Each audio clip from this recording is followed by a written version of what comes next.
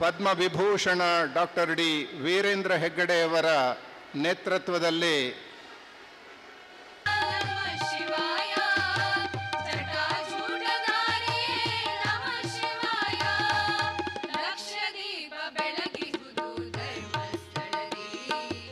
ಚತುರ್ಧಾನ ಪರಂಪರೆಗೆ ಹೊಸ ಭಾಷ್ಯ ಬರೆದು ಜನಕಲ್ಯಾಣದ ಹೊಸ ಶಕೆಗೆ ಕಾರಣೀಭೂತರಾಗಿರುವವರು ಪದ್ಮವಿಭೂಷಣ ಡಾಕ್ಟರ್ ಡಿ ವೀರೇಂದ್ರ ಹೆಗ್ಗಡೆಯವರು.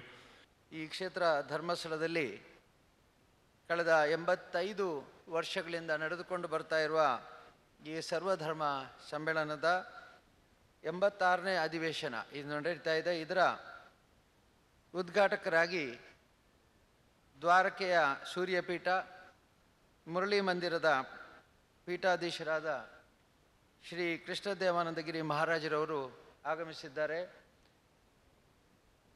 ಅವರ ಜೊತೆಗೆ ಅನೇಕ ಮಹಾತ್ಮರು ಕೂಡ ಆಗಮಿಸಿದ್ದಾರೆ. ಈ ಅಧಿವೇಶನದ ಅಧ್ಯಕ್ಷತೆಯನ್ನು ಶಿಕ್ಷಣ ತಜ್ಞ ಮತ್ತು ಆಧ್ಯಾತ್ಮ ನೇತಾರರಾದ ಶ್ರೀ ಎಂ ಅವರು ಆಗಮಿಸಿದ್ದಾರೆ. ವಿಶ್ವದ ಎಲ್ಲ ಧರ್ಮಗಳು ಭಗವಂತನೆಂಬ ಒಂದೇ ತತ್ವದ ಪ್ರತಿಪಾದನೆಯನ್ನು ಮಾಡುತ್ತಿವೆ. ಯಾವುದೇ ಧರ್ಮದಲ್ಲಿ ಯಾವುದೇ ಶಾಸ್ತ್ರದಲ್ಲಿ ಯಾರಿಗೂ ಮನವಚನ ಕರ್ಮದಿಂದ ಒಂದಿಷ್ಟು ಹಾನಿಯಾಗಲೆಂದು ಬರೆಯಲ್ಪಟ್ಟಿಲ್ಲ. ಅಂದರೆ ಧರ್ಮದ ಮೂಲ ಉದ್ದೇಶವೇ ಸಮನ್ವಯ. ಧರ್ಮೋ ವಿಶ್ವಸ್ಯ ಜಗದ ಪ್ರತಿಷ್ಠಾ ಲೋಕೆ ಧರ್ಮಿಷ್ಠ ಪ್ರಜಾ ಉಪಸರ್ಪಂತಿ ಧರ್ಮೇಣ ಪಾಪಮನುಪತರತಿ ಧರ್ಮೇ ಸರ್ವಂ ಪ್ರತಿಷ್ಠಿತಂ ತಸ್ಮಾತ್ ಧರ್ಮಂ ಪರಂ ವದಂತಿ. ಇದು ಮಹಾನಾರಾಯಣೋಪನಿಷತ್ತಿನಲ್ಲಿ ಉಲ್ಲೇಖವಾಗಿರುವಂಥ ವಾಕ್ಯಗಳು. ಜಗತ್ತು ಧರ್ಮದ ಮೇಲೆ ನಿಂತಿದೆ. ಧರ್ಮಿಷ್ಠನನ್ನು ಜನ ಗೌರವಿಸುತ್ತಾರೆ. ಧರ್ಮವು ಪಾಪಯುತವಾದ ಆಲೋಚನೆಗಳನ್ನು ನಾಶಪಡಿಸುತ್ತದೆ. ಈ ಪ್ರಪಂಚದಲ್ಲಿ ಸರ್ವವು ಧರ್ಮದ ಆಧಾರದ ಮೇಲೆ ನಿಂತಿದೆ. ಆದ್ದರಿಂದ ಧರ್ಮವನ್ನು ಅತಿ ಶ್ರೇಷ್ಠ ಎಂದು ಪರಿಗಣಿಸಲಾಗುತ್ತದೆ. ಧರ್ಮದ ಉದಾತ್ತ ಸಂದೇಶವನ್ನು ಸಂಕುಚಿತ ದೃಷ್ಟಿಯಿಂದ ಕಾಣುವಂತಿಲ್ಲ ಎಂದು ನೀತಿಸೂತ್ರ ಹೇಳುತ್ತದೆ. ಧರ್ಮಸ್ಥಳ. ನಾವು I request mister Sunil Pandit lecturer.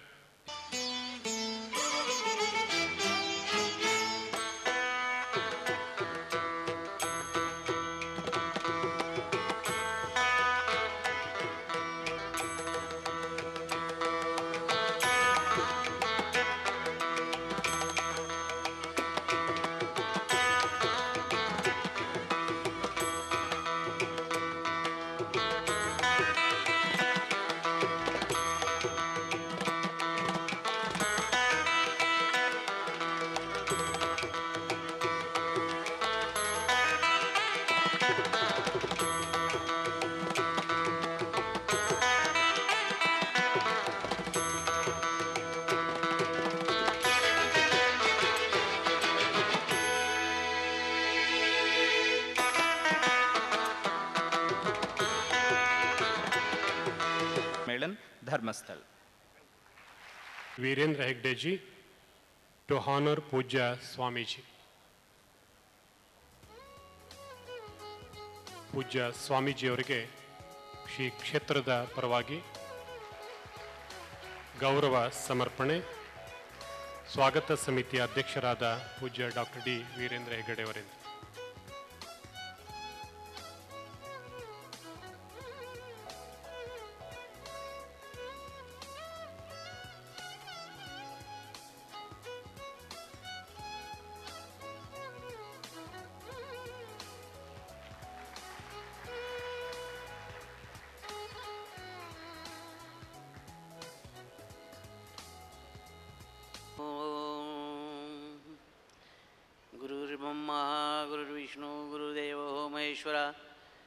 साक्षात् परब्रह्म तस्मै श्री गुरुवे नमः.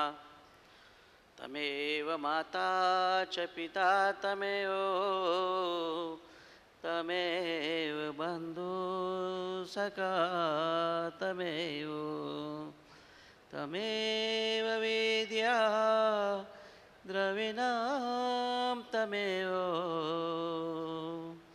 तमेव सर्वा मम देवदेव नमामि शंकराय मंजुनाथाय नमः। सर्वे मातृपितृ देवताभ्यो नमः। आज के इस पावन पर्व में भगवान श्री मंजुनाथ जी भगवान ने श्रीमंत और विद्या, दवा और भक्ति से भरे हुए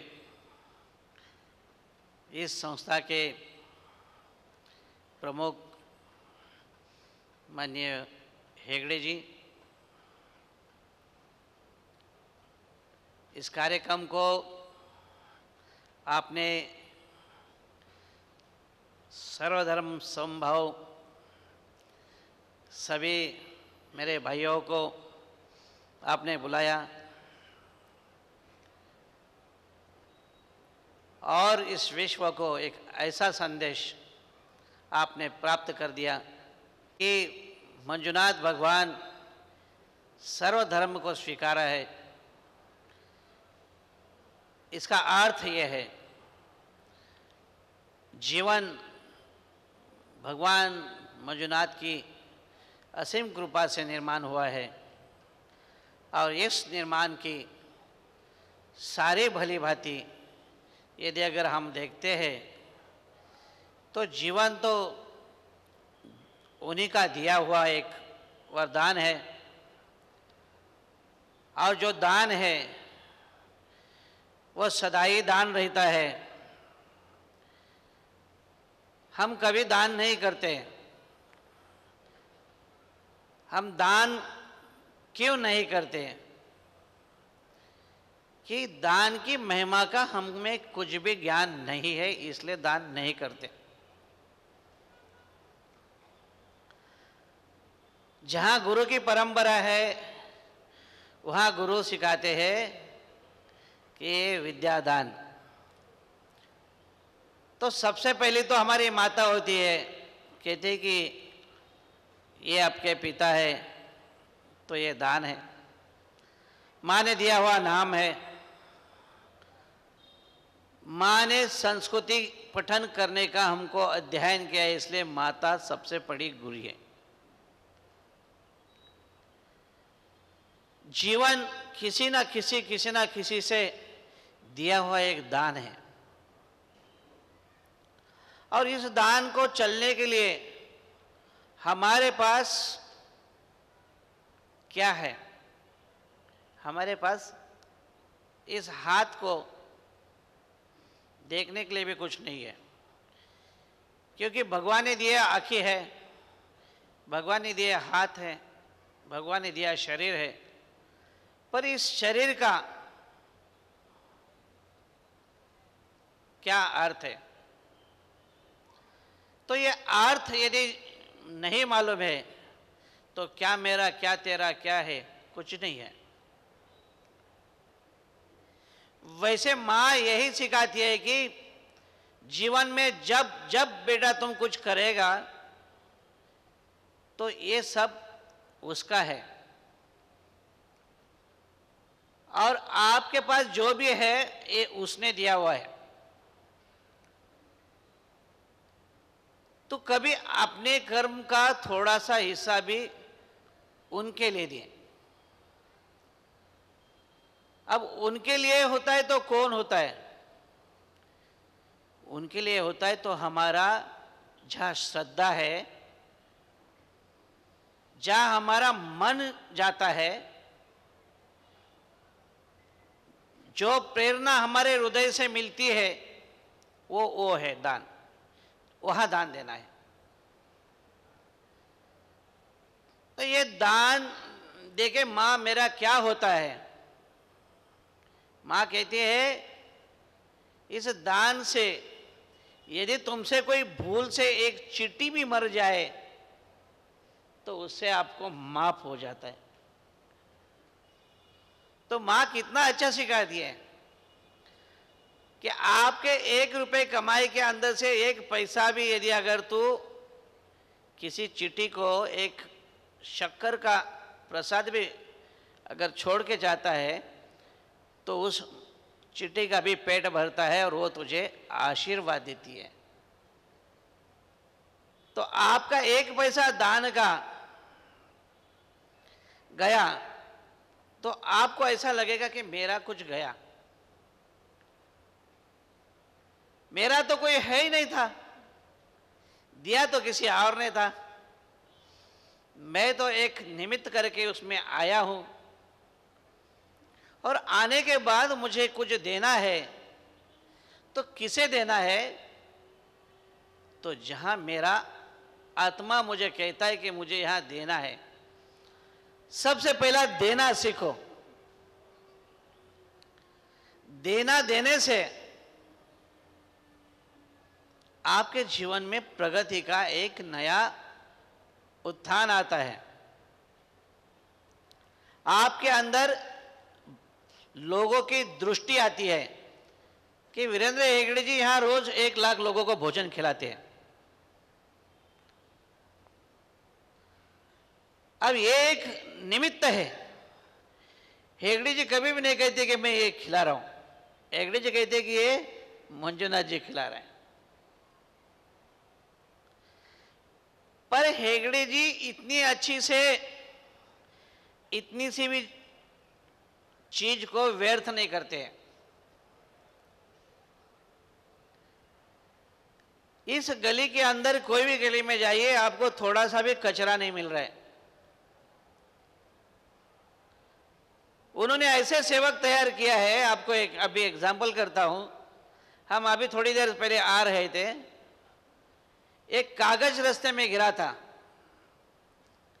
और उनके एक वॉलंटियर ने उसके उठाया, उसने बाजू में नहीं फेंका, उसने तुरंत अपने जेब में रखा।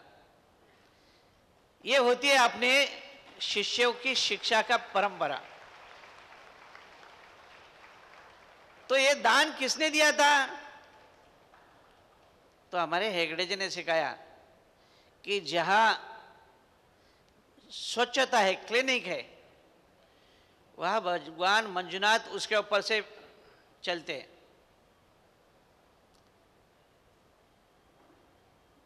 मैं कल इस नगरी में आया हूं, मैं यही ढूंढ रहा हूं कि इस नगरी में क्या है, क्यों यहां 1 लाख लोग आ रहे हैं।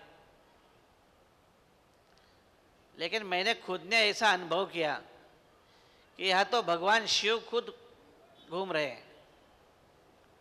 यहां मंजुनाथ भगवान का साक्षात स्वरूप यहां घूम रहा है। क्यों घूम रहा है? तो ये नगरी उनको क्लीन दिखाई दे रही है।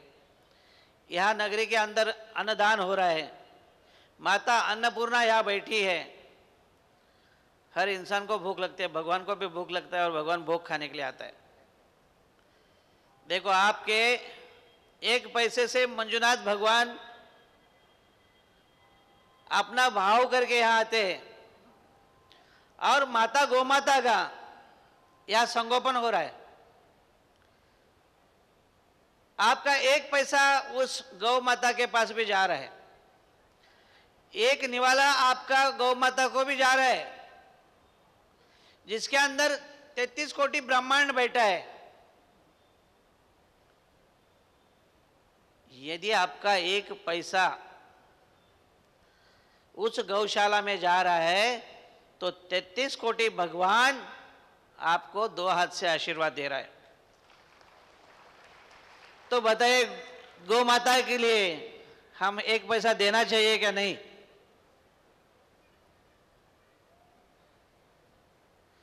कभी दे बोलने से दे के फायदा नहीं होता है।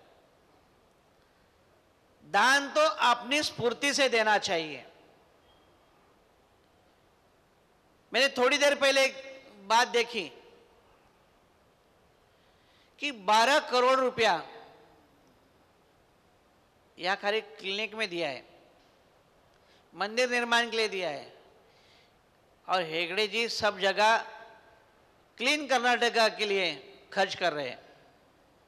कितना बड़ा मंदिर बना रहे।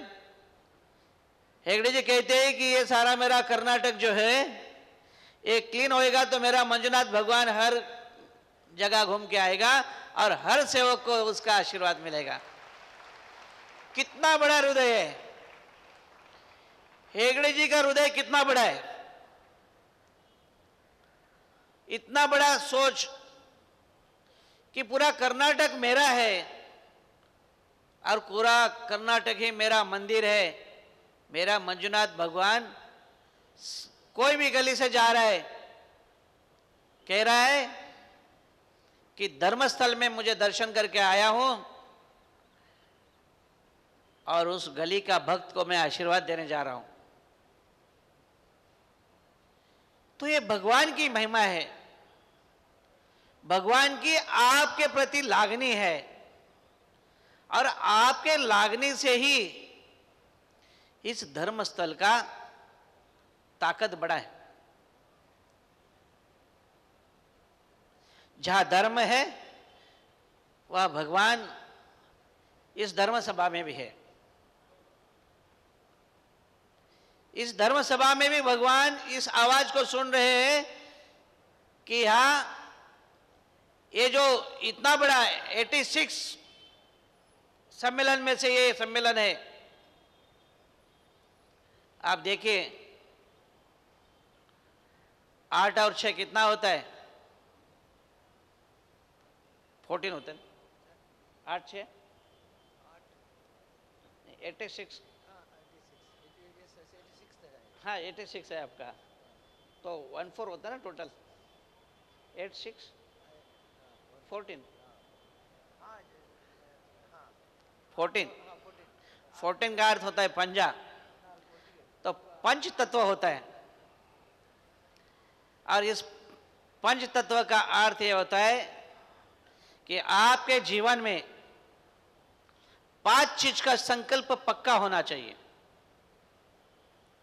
पहला संकल्प होता है कि मैं मेरे माता पिता का आदर सम्मान और पूजन करूंगा, पहला संकल्प होना चाहिए।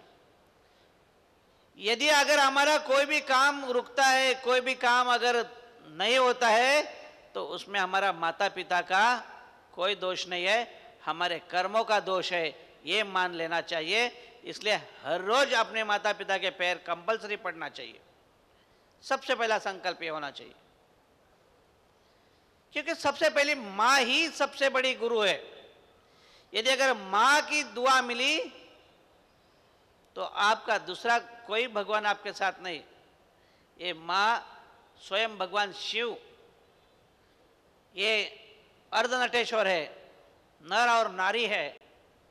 ये आपको ध्यान में रखना चाहिए कि भगवान मंजुनाथ ये साक्षात भगवान है और इनकी सेवा अपनी माता पिता की सेवा में लगाना चाहिए।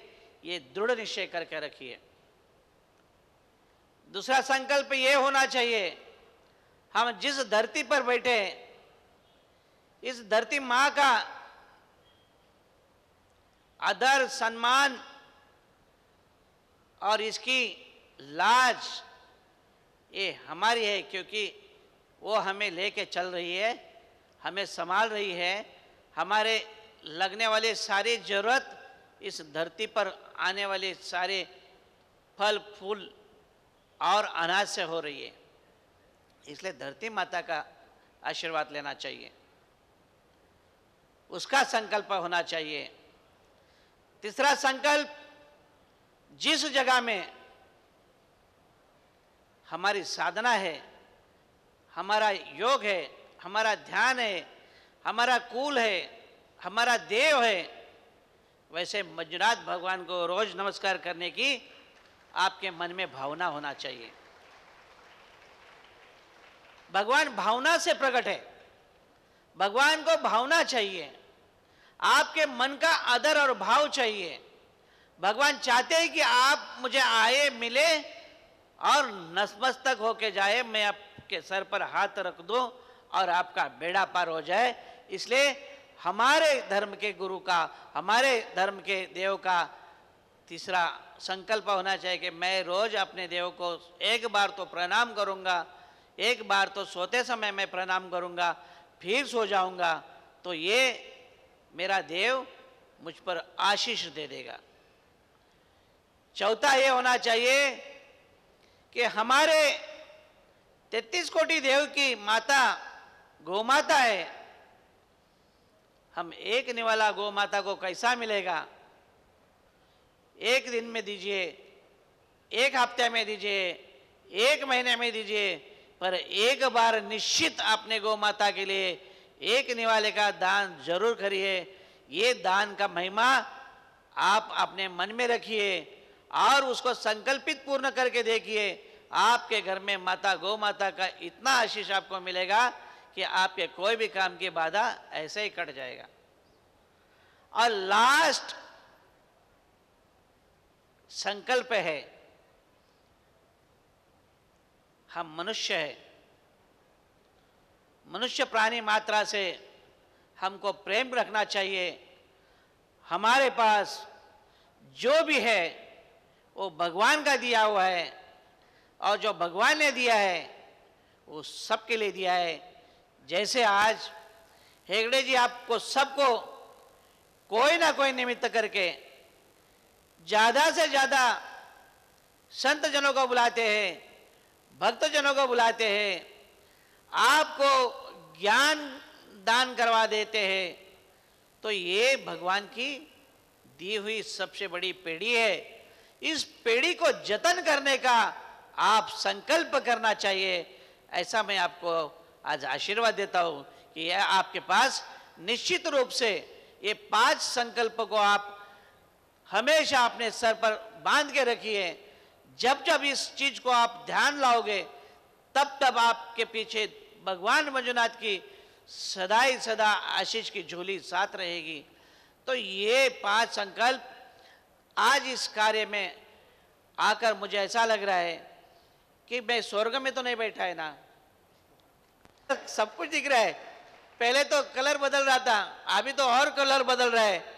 कभी कभी ऐसा लग रहा है मैं जब ध्यान में बैठता हूं तो ये सारे कलर बदलते हैं।